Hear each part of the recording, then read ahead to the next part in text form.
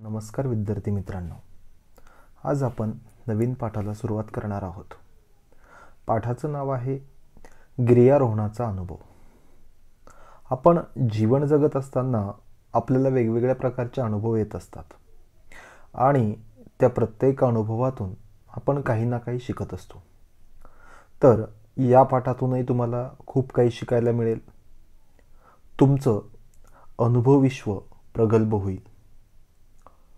ईशान व त्याचे मित्र गंगोत्री येथे हिमालयात गिर्यारोहणासाठी गेले होते. तेथे अचानक ढगफुटी व भूखंड घसरणी झाली. या भयानक संकटात ईशान व त्याच्या मित्रांनी यात्रेकरूंना मदत केली. या परोपकाराचे व माणुसकीचे दर्शन लेखकांनी रोमांचकारी शब्दात प्रस्तुत पाठात घडवले आहे. गिर्यारोहण म्हणजे काय? तर पर्वत चढणे, बरोबर आहे. आणि आपल्या सगळ्यांनाच अशा ठिकाणी पर्वतावरती चढायला खूप आवडतं. पाठाचे लेखक आहेत रमेश महाले. त्यांचा जन्म 1944. प्रसिद्ध लेखक. मुलांसाठी बालकथा, विज्ञान विषय यावर आधारित त्यांची 109 पुस्तके प्रकाशित आहेत. त्यांच्या पुस्तकांच्या संख्येवरून हे व्यक्तिमत्व किती प्रगल्भ आणि अभ्यासू असावं याची जाणीव तुम्हाला होऊ शकते. जळगाव व नाशिक आकाशवाणीवरील विविध व्याख्यानात सहभाग. व्याख्यान मीन्स भाषणांमध्ये, स्पीचेसमध्ये. त्यांच्या पक्ष्यांची दुनिया या पुस्तकास मराठी विज्ञान परिषदेचा तसेच साहित्य परिषदेचा पुरस्कारही मिळाला आहे. सन 2008 साली विज्ञान, 2011 साली अंतराळातील स्टेशन, 2013-14 साली चला अंतराळात या पुस्तकास राज्य शासनाचा उत्कृष्ट वाङ्मय निर्मिती पुरस्कार मिळाला आहे. म्हणजे राज्य शासनाकडून जे उत्कृष्ट साहित्य आहे, उत्कृष्ट वाङ्मय आहे, अशा साहित्याला पुरस्कार दिला जातो आणि ते पुरस्कार यांच्या बऱ्याच साहित्याला मिळालेले आहे. गंगोत्री येथे गिर्यारोहणासाठी गेलेले विद्यार्थी तेथे उद्भवलेल्या ढगफुटीच्या आणि भूस्खलनाच्या आपत्तीत यात्रेकरूंना मदत करून माणुसकीचे दर्शन घडवतात. याचा वस्तुपाठ या पाठात पाहायला मिळतो. प्रस्तुत पाठ किशोर दिवाळी अंक 2014 मधून घेतला आहे. तर याच्यामध्ये 2 गोष्टी तुम्हाला दिलेल्या आहेत, ते म्हणजे ढगफुटी. आता ढगफुटी म्हणजे काय? तर एकाच ठिकाणी खूप जोराचा पाऊस पडणे आणि त्याच्यामुळे त्या ठिकाणी बऱ्याच गोष्टी ज्या आहे तर घडतात. म्हणजे याला नैसर्गिक आपत्तीसुद्धा आपण म्हणतो.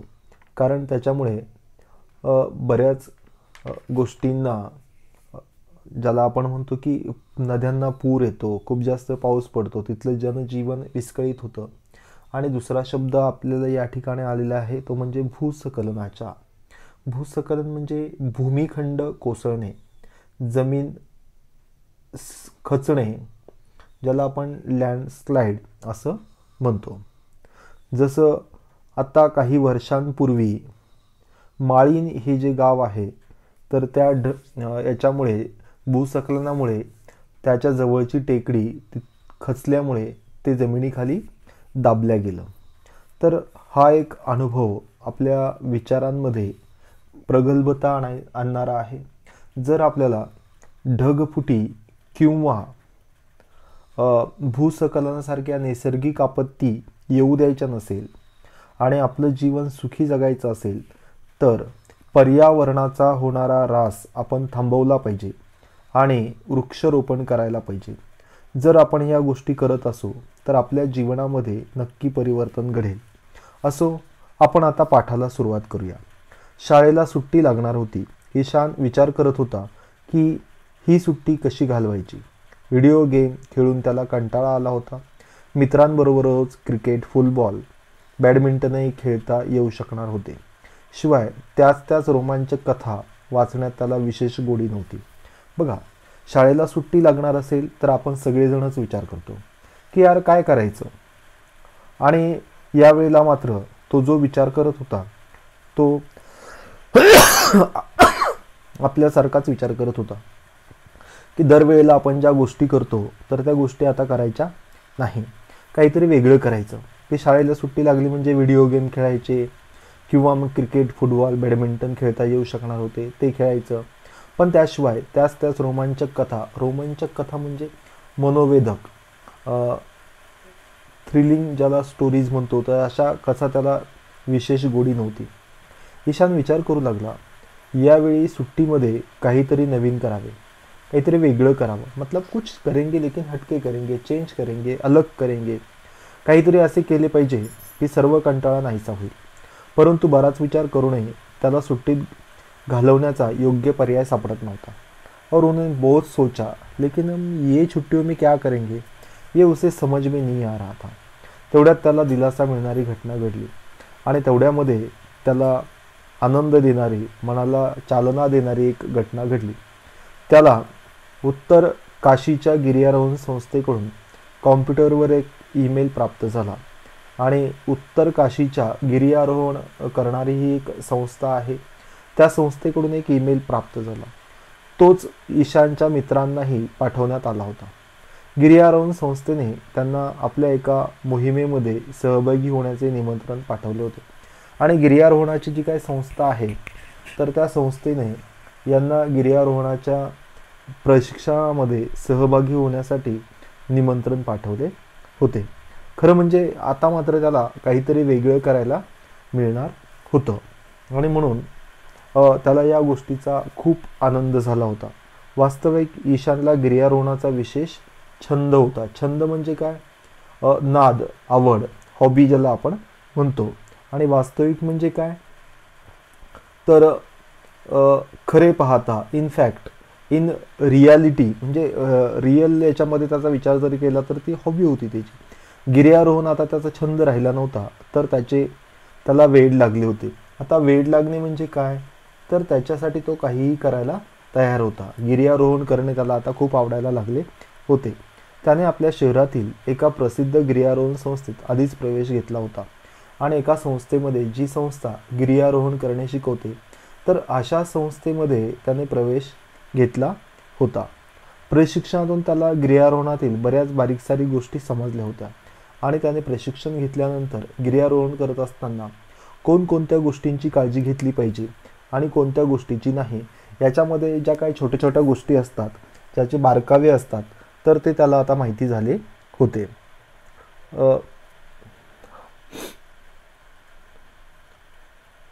त्याचे अनेक मित्रही याच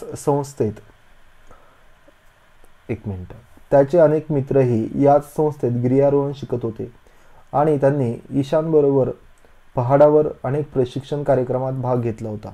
और उसके जो फ्रेंड्स है वो भी यही संस्थे में पढ़ रहे थे.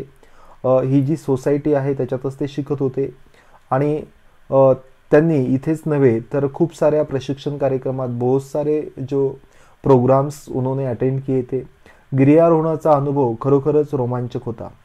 आकाशाला स्पर्श करणारे उंच पहाड, आणि आकाशाला स्पर्श करणारे म्हणजे अतिशय उंच पहाड, पर्वत, ज्याला आपण काय म्हणू, डोंगर वगैरे, विशालकाय खडक आणि असे खूप मोठे अवाढव्य प्रचंड असे खडक, हिरव्यागार घाटी म्हणजे लहान घाट, आणि वेगाने वाहणाऱ्या नद्या आणि खूप जोरात, कारण आपल्याला माहिती आहे डोंगराळ भागामध्ये नद्या ज्या वाहतात त्या खूप जोरात वाहतात. स्वच्छ पाण्याच्या पहाडी नद्या ईशान आणि त्याच्या साथीदारांना साथ घालत होत्या.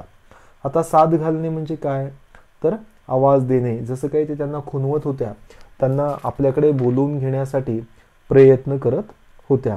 आणि त्याच्यामुळे यांना यावेळेला काहीतरी वेगळं करायचं होतं आणि ते नेमकं त्यांना काय करायचे हे ते मात्र आता त्यांना कळलं होतं. तेव्हा ते आवश्यक उपकरणे म्हणजे त्याच्यासाठी लागणारे इतर जे साहित्य आहे, साधने आहे, टूल्स ज्याला आपण म्हणतो, तर ते आणि सामानाची बॅग घेऊन गिर्यारोहण करायला जात असत. उत्तर काशीच्या गिर्यारोहण संस्थेचा संदेश म्हणजेच मेसेज, आव्हान त्यांना झालं. वाचल्यावर ईशान फारच खुश झाला. त्याने लगेच या निमंत्रणाची माहिती आपले मित्र धैर्य, प्रशांत, अमन आणि सक्षम यांना दिली. और जैसे ही ये इन्फॉर्मेशन उससे मिली वैसे ही वो इन्फॉर्मेशन उन्होंने अपने फ्रेंड्स को बताए। सर्वच मित्र फार खुश होते, जणू सुट्टीत पहाड़ावर जाण्याची वाटच पाहत होते। और ऐसा लग रहा है जैसे ये इसी बारे में सोच रहे थे, जैसे किसी ने उनकी मन की बात छीन ली थी। शाळेला सुट्टी लागण्यापूर्वीच त्यांनी पहाडावर जाण्याची तयारी सुरू केली होती आणि शाळेला अजून सुट्ट्या लागल्या नव्हत्या, पण सुट्ट्या लागण्यापूर्वीच त्यांनी पहाडावर जाण्याची तयारी मात्र सुरू केली होती। गिर्यारोहण संस्थेच्या आपल्या साथीदारांना भेटल्यावर ईशान आणि त्याचे मित्र खूप उत्साहित झाले होते। उत्साहित म्हणजे आनंदी, अतिशय खूप खुश झालेले होते। सर्व मित्रांनी मिळून माउंटेनिंगच्या साह्याने उत्तर काशीहून गंगोत्रीला जाण्याचा निश्चय केला। म्हणजे डोंगराच्या साह्याने वरतूनच जे आहे म्हणजे रोडने रस्त्याने न जाता तर डोंगराच्या साह्यानेच त्यांनी त्या ठिकाणी जाण्याचा निश्चय केला होता। गिर्यारोहण सुरू झाले। उंच पहाडावर गिर्यारोहण करणे काही सोपे काम नव्हते। अनेक तासांच्या कठीण आणि थकवणाऱ्या चढाईनंतर, म्हणजे ते काही 1-2 तासाचं काम नाही किंवा 10 मिनिटाचं काम नाही, अनेक तासांच्या कठीण चढाईनंतर शेवटी ते गंगोत्रीला पोहोचले। आणि खूप तासानंतर त्यांनी ते अतिशय प्रयत्न केले, चिकाटीचे प्रयत्न केले आणि त्या ठिकाणी ते चढाई केल्यानंतर म्हणजे डोंगर चढणे, ते त्या ठिकाणी पोहोचले। ईशान आणि त्याचे साथीदार गंगोत्रीला पोहोचल्यामुळे फार उत्साहित झाले होते आणि ते सगळेच मित्र अतिशय उत्साही होते आणि ते आपला सर्व थकवा विसरून गेले होते। अगदी बरोबर आहे, जेव्हा आपल्याला आपल्या मनासारखं काम मिळतं तेव्हा मात्र आपल्याला थकवा येत नाही, मरगळ आळशीपणा जो आहे तर तो आपल्यामध्ये राहत नाही। पण जेव्हा तुम्हाला तुमच्या मनासारखं काम मिळतं तेव्हा मात्र आपण अतिशय उत्साहाने हे काम करत असतो आणि म्हणून ते थकवा विसरून गेले होते। परंतु गंगोत्रीला पोहोचल्यानंतर त्यांनी जे पाहिलं ते काळजाला घर पाडणारे दृश्य होते। आणि जेव्हा ते त्या ठिकाणी गेले आणि त्या ठिकाणी त्यांना जे दृश्य दिसलं ते खरोखरच काळजाला घरे पाडणारे दृश्य होते। म्हणजे प्रचंड दुःख होणे, टू बी हार्ट ब्रोकन असं त्याला आपण इंग्रजीमध्ये म्हणू शकतो। तर इतकं भयानक तिथली परिस्थिती होती। गंगोत्रीवर भीषण हाहाकार माजला होता आणि गंगोत्रीवरती भीषण हाहाकार माजलेला होता, म्हणजे अतिशय भयानक परिस्थिती त्या ठिकाणी तयार झाली होती। ढग अकस्मात फुटले। ढग फुटणे म्हणजे मी तुम्हाला सांगितलं त्या पद्धतीनं एकाच वेळी खूप जास्त पाऊस पडणे आणि गंगोत्रीवर भीषण हाहाकार माजला। आणि त्या ठिकाणी गंगोत्री या ठिकाणी जे आहे तर भीषण हाहाकार माजला होता, म्हणजे भयंकर उद्ध्वस्त होणे, दुर्घटनेमुळे कोलाहल माजणे आणि अशी परिस्थिती जी आहे तर त्या ठिकाणी निर्माण झालेली होती। पाण्याच्या धोकादायक प्रवाहामुळे, म्हणजे खूप जास्त प्रवाह असल्यामुळे मंदिरच परिसरच नव्हे तर दुकाने, हॉटेल्स आणि धर्मशाळा उद्ध्वस्त झाल्या होत्या। उद्ध्वस्त होणे म्हणजे नष्ट होणे। बरीच घरे आणि गेस्ट हाऊस नदीच्या वेगवान प्रवाहामुळे वाहून गेले होते। म्हणजे घरं, गेस्ट हाऊस वगैरे सगळं वाहून गेलं होतं। नदीचा प्रवाह अतिशय खूप जोरात होता। या भीषण तांडवामध्ये बरेच लोक मृत्युमुखी पडले होते। भीषण तांडव म्हणजेच भयानक थैथयाट। तर अशा याच्यामध्ये खूप सारे लोकांना मृत्यू आला होता। बहुत सारे लोग मर गए थे, इतना भयानक वो सीन था। नदीने रौद्ररूप धारण केलेले होते आणि नदीने अतिशय भयानक रूप जे आहे तर ते धारण केलं होतं। ती खूप डेंजर झालेली होती आणि आपल्याला माहिती असतं की जेव्हा अशा प्रकारची परिस्थिती निर्माण होते तेव्हा कुणीही त्याला बघून घाबरतच, म्हणजे भयानक परिस्थिती निर्माण होणे। या तांडवात आपल्या आप्तेष्टांना गमावल्यामुळे लोक स्पुंदून रडत होते। आप्तेष्ट म्हणजे नातेवाईक, रिलेटिव्स, आणि स्पुंदून रडणे म्हणजे हुंदके देऊन अतिशय जोरजोरात ते लोक रडत होते। भूस्खलन झाल्यामुळे ठिकठिकाणी अनेक तीर्थयात्री अडकले होते आणि मध्येच हा भूखंड खचल्यामुळे खूप सारे तीर्थयात्री जे आहे तर आधीमध्ये अडकले होते। ते बिचारे चारधाम यात्रा करायला निघाले होते आणि हे सगळे जे लोक आहे तर चारीधाम यात्रा करण्यासाठी निघालेले होते। आता अशा याच्यामध्ये बिचारे म्हणजे देवयात्रेला निघाले आणि अतिशय कठीण परिस्थितीमध्ये फसले। चारधाम यात्रा म्हणजे गंगोत्री, जमुनोत्री, बद्रीनाथ, केदारनाथ या 4 तीर्थक्षेत्रांचा सफर. म्हणजे या तीर्थक्षेत्रांना लोक पायी जातात बऱ्याच वेळेला, तर अशा या 4 धाम यात्राला ते निघालेले होते. पण त्यांना मात्र अशा प्रकारच्या भयानक अपघाताला सामोरं जावं लागलं. 4 धाम यात्राला निघाले, परंतु तेथे त्यांना सर्वस्व गमवावे लागले होते. सर्वस्व म्हणजे जे काही त्यांच्याजवळ होतं ते सगळं काही त्यांना गमवून जावं लागलं होतं. ईशान आणि त्याच्या साथीदारांनी पहाडावर हे सर्व पाहिले तेव्हा त्यांच्या अंगावर काटे आले. आणि अंगावर काटे येणे म्हणजे अंगावरती शहारे येणे. आणि खरोखरच अशी भयानक परिस्थिती बघितल्यानंतर आपल्याला सुद्धा प्रचंड भीती वाटते. आणि म्हणून अंगावर काटा येणे म्हणजे भीतीमुळे अंगावरती शहारे येणे. तर अशा प्रकारची परिस्थिती त्यांची निर्माण झाली होती. आणि गिर्यारोहणात सर्व उत्साह नाहीसा झाला होता. म्हणजे जो आनंदासाठी ते आले होते तर तो आनंद आता त्यांना राहिला नाही. आणि आपल्याला माहिती आहे, आपण जसं दुसऱ्याच्या आनंदामध्ये आनंदी होतो तसं दुसऱ्याच्या दुःखामध्ये दुःखी सुद्धा होतो. आणि म्हणूनच त्यांचा जो आनंद आहे तर तो नाहीसा झाला. ईशान आणि त्याचे साथीदार ही परिस्थिती मूकपणे पाहू शकत नव्हते. म्हणजे शांत बसून पाहू शकत नव्हते. त्यांना या ठिकाणी मदत करणे आवश्यक होते. अचानक तेथे भुकेने व्याकुळ झालेल्या एका मुलाने आपल्या वडिलांकडे बिस्किटाची मागणी केली. आता त्या ठिकाणी खायला प्यायला नसल्यामुळे जे लोक होते तर ते अतिशय भुकेने व्याकुळ झालेले होते. त्यांना खूप भूक लागलेली होती. आणि अशा एका मुलाने आपल्या वडिलांकडे बिस्किटाची मागणी केली. ईशानने पाहिले. वडिलांनी जेव्हा दुकानदाराला बिस्किट पुड्याची किंमत विचारली तेव्हा तो म्हणाला, बिस्किटाचा एक पुडा 100 रुपयांना मिळेल. आणि आपण बघतो अशा परिस्थितीमध्ये लोक मजबुरीचा गैरफायदा घेतात. बघा, जो बिस्किटाचा पुडा 5 रुपयाला मिळतो त्याची किंमत त्या ठिकाणी 100 रुपयांना. पाण्याची बाटली 200 रुपयांना मिळेल. म्हणजे 20 रुपयाची पाण्याची बाटली, 15 रुपयाची पाण्याची बाटली त्या ठिकाणी 200 रुपयांना. 200 रुपये मीन्स 200 अँड 100 रुपये मीन्स 100. दुसरा हॉटेल मालक जेवणाच्या थाळीची किंमत 2000 रुपये वसूल करत होता. म्हणजे एका थाळीची एक वेळच्या जेवणाची किंमत 2000 रुपीज. दुकानदारांची ही मनमानी म्हणजे काय, तर मनात येईल तसं वागणे, जबरदस्ती, सेल्फ विल त्याला आपण म्हणतो, पाहून ईशान आणि त्याचे साथीदार हैराण झाले. हैराण होणे म्हणजे परेशान होले. ते विरोध करत दुकानदाराला म्हणाले, काका ही तर सरळ लूटमार आहे. लूटमार म्हणजे फसवेगिरी. 5 रुपयात मिळणाऱ्या बिस्किट पुड्याची किंमत 100 रुपये आणि 15 रुपयाच्या पाण्याच्या बाटलीची किंमत 200 रुपये कशी काय असू शकते. मुलांनो, तुम्ही आपले काम करा. आणि त्या दुकानदाराला त्यांचा राग आला. तो म्हणाला, मुलांनो तुम्ही तुमचे काम करा, आमच्यामध्ये येऊ नका. येथे पहाडावर वस्तू याच भावाने मिळतात. आणि या ठिकाणी मात्र ज्या काही वस्तू आहे तर त्या याच भावाने मिळतात. ज्याला गरज वाटेल तो खरेदी करतो आणि ज्या व्यक्तीला गरज वाटेल तो खरेदी करेल, दुकानदार रागाने म्हणाला. ईशान आणि त्याचे साथीदार गप्प बसले. त्यांनी अडचणीत सापडलेल्या यात्रेकरूंना मदत केली. जखमी यात्रेकरूंवर प्रथम उपचार केले. आणि जे काही जखमी यात्रेकरू होते तर त्यांच्यावर प्राथमिक उपचार केले. हरवलेल्या यात्रेकरूंचा शोध घेण्यासाठी त्यांनी मदत केली.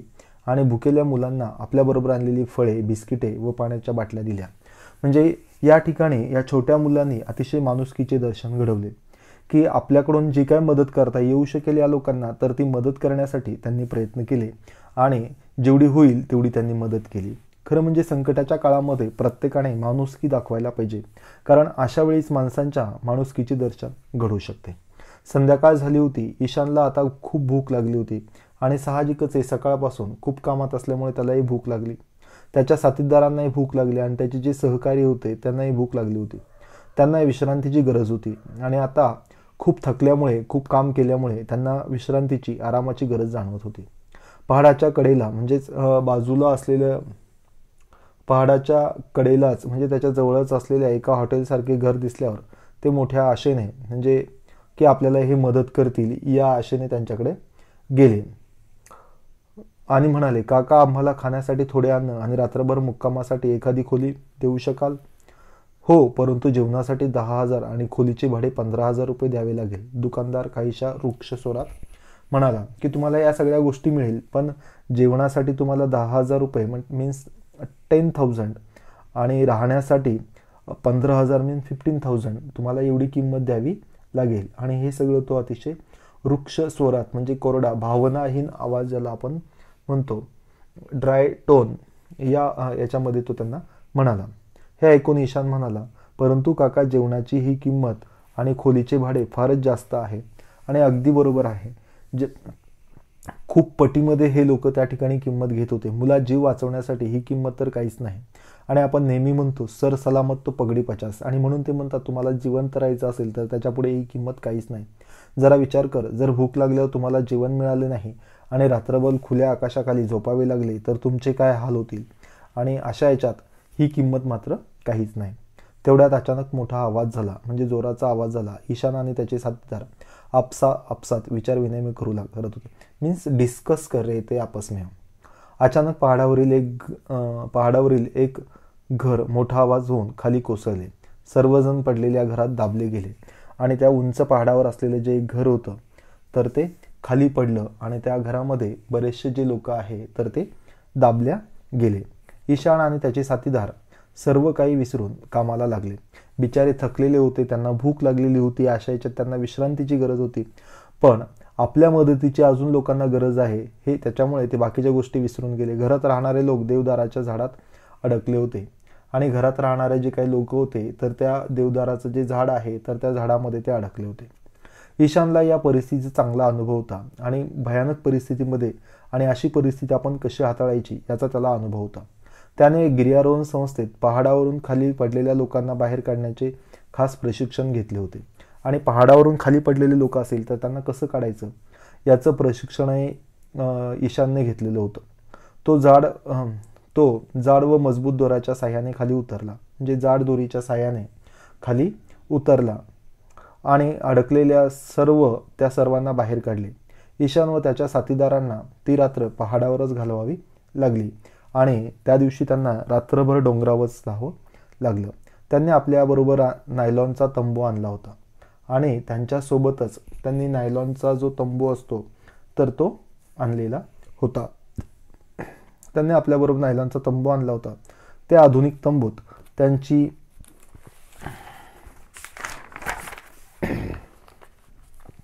गैरसोय झाली नाही.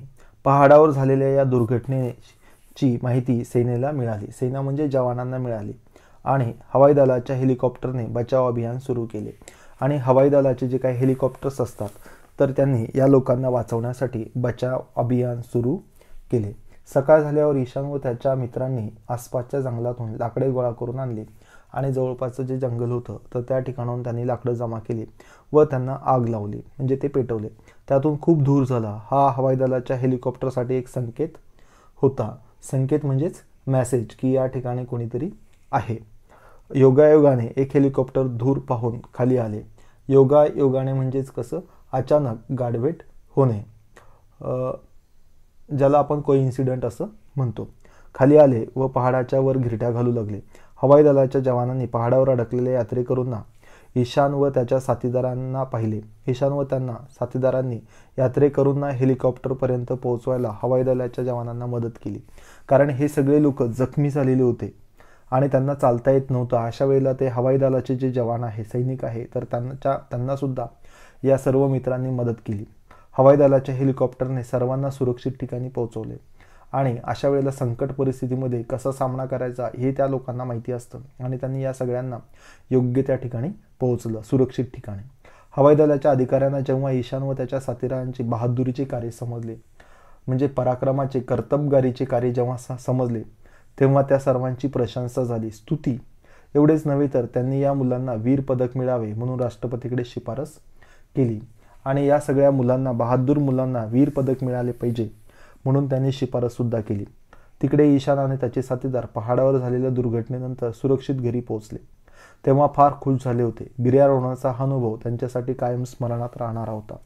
म्हणजे बघा विद्यार्थी मित्रांनो, आपला एखादा जो अनुभव असेल किंवा आपण एखादी गोष्ट शिकतो आणि त्या शिक्षणाचा उपयोग आपल्याला कसा होऊ शकतो.